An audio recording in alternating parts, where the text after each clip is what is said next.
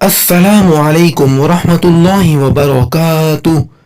معزز ناظرین، حضرت انس بن مالک رضی اللہ تعالی عنہ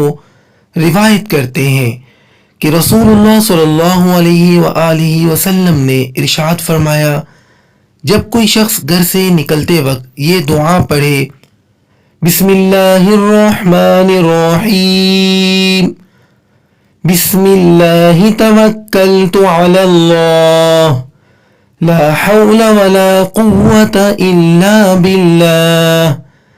یعنی میں اللہ کا نام لے کر نکل رہا ہوں، اللہ ہی پر میرا بھروسہ ہے، کسی خیر کے حاصل کرنے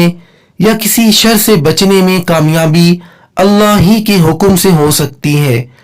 تو اس وقت اس سے کہا جاتا ہے، یعنی فرشتے کہتے ہیں، تمہارے کام بنا دیے گئے اور تمہاری ہر شر سے حفاظت کی گئی،